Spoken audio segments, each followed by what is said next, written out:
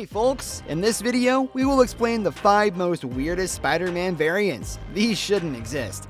In June of 2023, a new Spider-Man movie subtitled Across the Spider-Verse will be released as the sequel to Spider-Man Into the Spider-Verse, which was released back in 2018. We must mention this because it is the inspiration for this video. This upcoming movie is set in the Spider-Verse, which is where you will find a hell of a lot more variants of Spider-Man you've never heard of.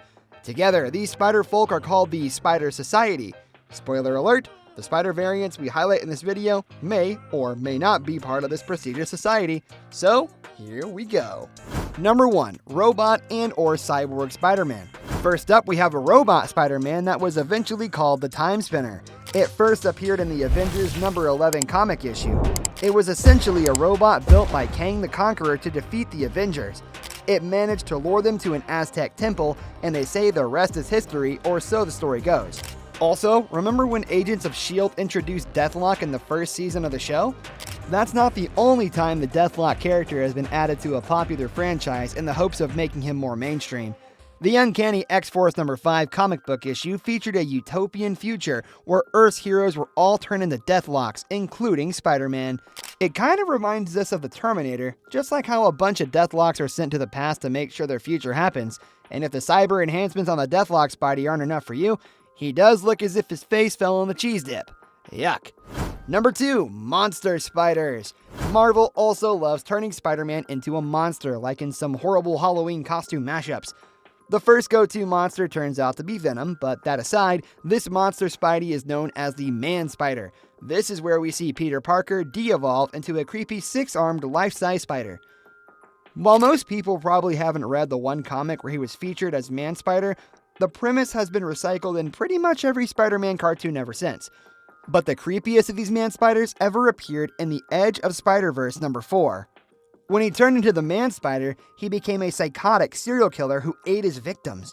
If that's not creepy enough, his teeth contain spider eggs that hatch into thousands of baby spiders, as we find out after one embedded in his girlfriend's neck hatches. Gross.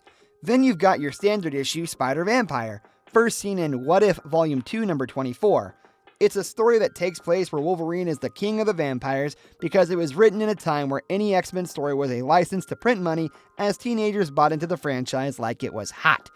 But there's not much to really say here except that Spider-Vampire and Wolverine for that matter got killed by the Punisher, who is the Sorcerer Supreme of that world. No joke. Naturally, Marvel also turned Spider-Man into the most derivative horror monster of the 21st century, a zombie. During the hugely popular Marvel Zombies run, Spider-Man was one of the many infected heroes who turned into a flesh-eating zombie. The poor guy couldn't stop himself from eating Aunt May and Mary Jane.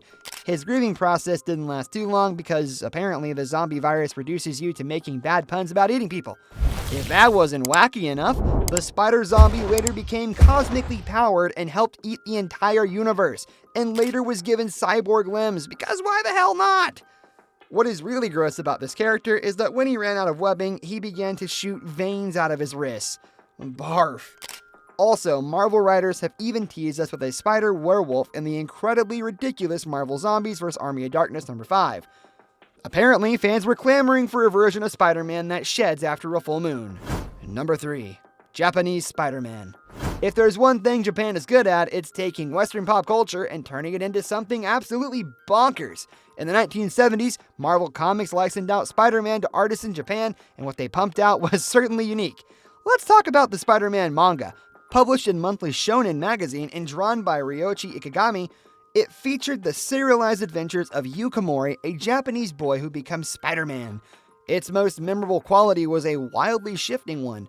One minute the manga had slapstick humor, the next there was sex and gratuitous violence. All as its black and white format made everything super gloomy. It's like Spider-Man being written by a manic depressive.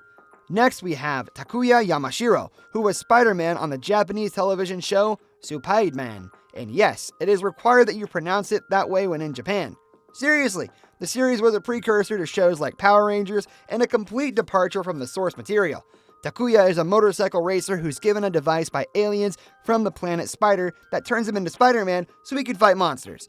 As is the fashion in Sentai shows, said monsters also grow to massive size, forcing Spider-Man to summon a massive robot named Leopardon, who is oddly not very spider-themed at all. Fun fact about this show, Spider-Man was so successful for Toei Studios that the studio used it as the template for creating Super Sentai, the series of shows that were later recycled into Power Rangers. So, next time you watch the Power Rangers, you can thank Spider-Man for helping make it happen. Number 4, Midlife Crisis Spider-Man. Although Spider-Man has been in publication for well over 50 years, the character himself has pretty much been in his 20s the entire time. However, some intrepid writers created worlds where Spider-Man is getting on in the years. Nothing says excitement like a perpetually insecure adult going through the ravages of age. In the early 2000s, Marvel pumped out a trilogy of books under the Earth X banner. It featured a Marvel universe set some 30 years in the future. Naturally, there was a big moment where Spider-Man had to get back into action to help save the world. One problem with that, Peter was quite overweight by this point, and the only costume on hand was a cheap store-bought Halloween costume. Not long after this, Marvel also decided to copy the success of The Dark Knight Returns by creating a similar story where an elderly Spider-Man gets back into crime fighting, whereas Dark Knight Returns features an elderly Batman kicking asses and taking names. Spider-Man, Reign, features Peter Parker constantly mourning his dead wife and being generally depressed. If you wanted to know the tragic consequences of Spider-Man's love life and see him bawling his eyes out while fighting the corpse of his greatest villain, this is a story for you. Number 5, Anthropomorphic Spider-Man. Since 1983, Marvel has been preoccupied with the idea of creating anthropomorphic animals based on Spider-Man. If you don't know what that word is, we have your medicine. It's like animals that are made to seem like real people, and the most prolific one is the spectacular Spider-Ham, first seen in Marvel Tales starring Peter Parker. Spectacular Spider-Ham, number 1. Don't you ever think that he's just a pig in a spider costume? Because that's how stereotypes are made. No, my friends, Spider-Ham takes some liberties with the whole origin. See, Spider-Ham isn't a pig with the powers of a spider. He's a spider with the powers of a pig, coming from a universe where anthropomorphic creatures are the norm.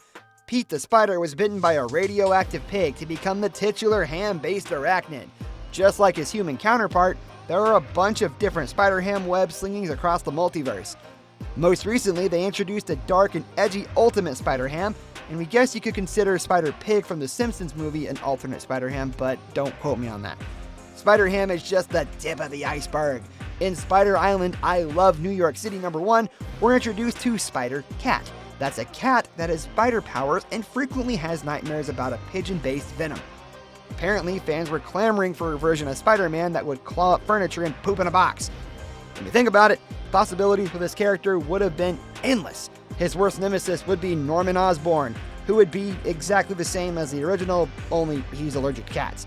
Sadly, pulse-pounding tales of Spider-Cat battling the menace of hairballs and feline leukemia were never meant to be.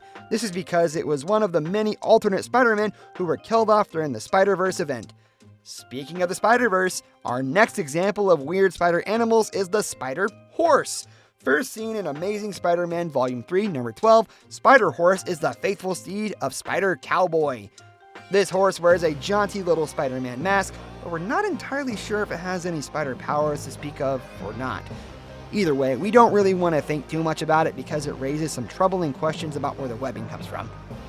Lastly, we have Spider-Monkey, who first appeared in Amazing Spider-Man Family number 1. He exists in a world where apes evolved from men or something. I would say more here, but I'm becoming dangerously close to making a joke about monkeys tossing their poop around. Whoops, already gave away half the joke. And that concludes a look back at some of the weirdest alternate Spider-Men. In summary, just because comic books are the realm of infinite possibilities doesn't mean those same possibilities are all serious ones. Don't forget to subscribe to our channel and hit that notification bell to get up to speed on related Marvel comic book titles. Thank you for watching, and bye.